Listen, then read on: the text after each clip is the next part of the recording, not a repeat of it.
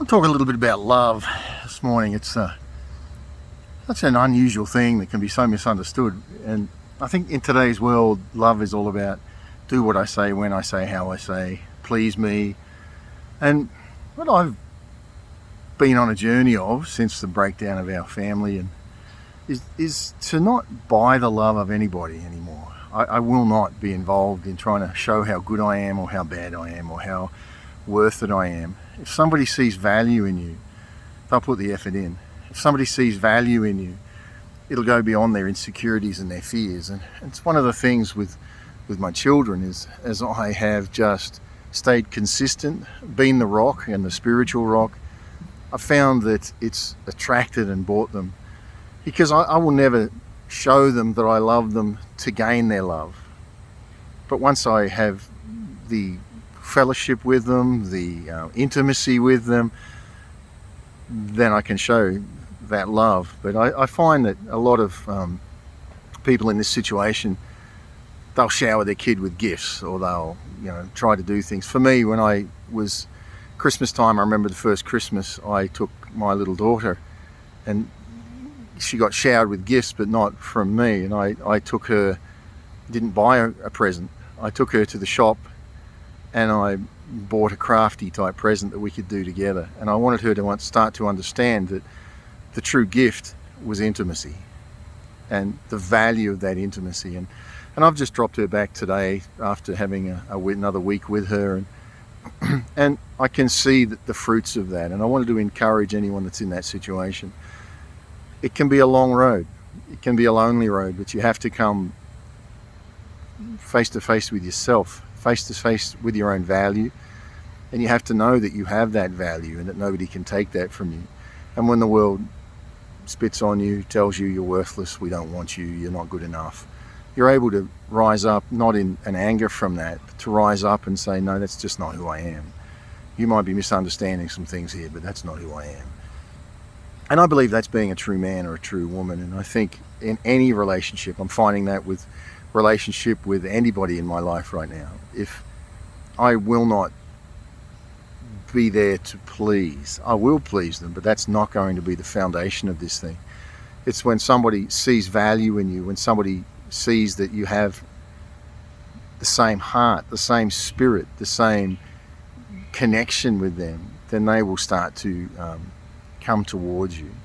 You can't help it, because when the spirits connect, they just join to each other.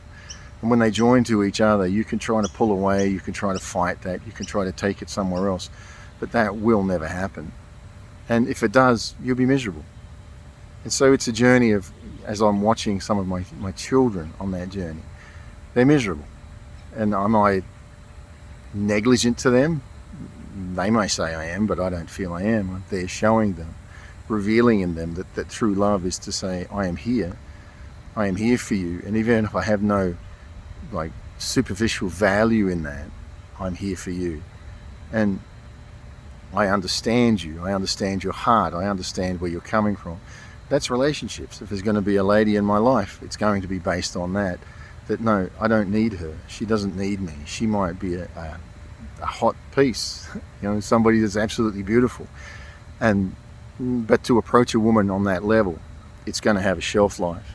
But to see their heart, to see their spirit, to see their soul, and to say that has got value. Sorry, I got bugs on me here. That has got value. And that is where we are going to be. That is where the foundation of our relationship would be, is to say you, in the core of who you are, have value. And I think once that happens and you merge with that, it brings people to life. It'll bring out the better than best in me. I can be the best version. Someone special said to me once that just while you're waiting, just be the best version of you that you can. Well, as I'm being that best version of me, I don't need anybody else. But it's lovely to have them. And as what comes along is when that right person comes to your life, they make you better than best. They see things in you that they can bring out. And as you come together and you dance the dance of life, you create what needs to be created, and it pulls in what needs to be there. And the millions of life and the desires and the freedom and the joy, it's all there.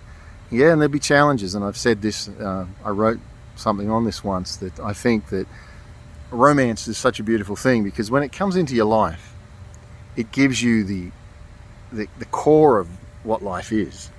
And as you stay in that romance and you feed that and you allow that to be and to grow and to develop and to mature, it's a beautiful thing. Then when you're with somebody, you have the underlying foundation of romance, which you can't teach that. You can't give that to somebody.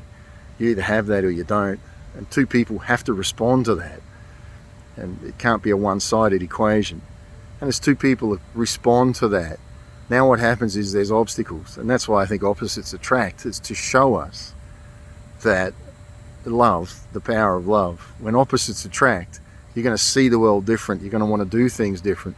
But you're looking together and you say, in the romance of who we are, what can we be? And it's limitless.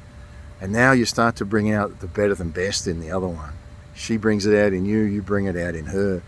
And the obstacles come, and that's what forms the natural friendship. The challenges of life, where you have to deal with previous life, previous this, and what's going on now, and how to do this, and what to do there. And that's what brings that natural strength in a greater way to something that's already a romantic flow. Romance is beautiful. And even, it doesn't have to be something that's sexual, because God has that with us, a spiritual romance, where he speaks to us and says, I don't want you to need me. I don't need you, and I don't want you to need me. I want you to be with me because you choose me. I want you to be with me because you see that I'm relevant to your life. You see and you miss my voice, my touch, my whatever. And you know, one way social media is bad for that, because you get, you know, you put these videos out, people see them, and they're getting touched, but you're not coming the other way. But that's why you have to know who you are. You have to know what you're doing. You have to know that you're in the flow that's right, that's divine. That in essence, it's saving people from a world of emptiness, saving people from being misunderstood, saving people from not reaching their destiny in life.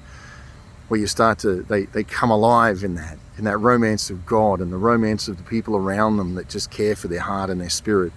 And when that right one comes and it progresses or develops into a romantic love, that, like I've said in other videos, you make love spiritually first, intercourse spiritually, then intercourse with their soul, where they feel it, and they feel it. You're looking for that voice, you're looking for that touch, you want to just see, and then the natural follows that, and you've got the perfect, complete package that'll never end unless you desire to let it end, which why would you want to do that? So anyway, I'm just encouraging, that's the path here of romance. It's a long path, it's a patient path, it's a path of trusting God in that, trusting the people at the other end, that they felt what you felt, and just knowing that if they felt what you felt, life will come around. It's just a matter of time. And I think that's not controlling that. It's saying, I trust you. I trust your spirit. I trust what I saw and I felt in you. And I trust what my heart was linked with in you. And I know that ultimately we will be together in what that needs to be. So I think that's every relationship. So that's me. That's what a marriage breakdown did for me 4 years ago. Has brought me to a point where I'm saying, what's coming to my life won't be there because they think I have value. In fact, I'd rather they thought I had no value. Because I'll tell you what, when romance is there, you would live under a bridge with her. I don't care about what that woman owns or doesn't own. And that right one comes, I don't care what she's done or hasn't done. I just care that our hearts are one. And then you just say, you know what, let's just sit out here for all eternity. So, oh, that's not realistic. Yeah, well, it's a good place to start, right? And from there, everything follows. Do it with your kids. Do it with your friends. Do it with your relationships. Let the romance of life and of God build what needs to be in your life. God bless you.